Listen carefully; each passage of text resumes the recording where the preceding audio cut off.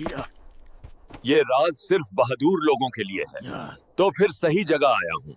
मुझे रोकना आसान नहीं है। ये तो सिर्फ शुरुआत है।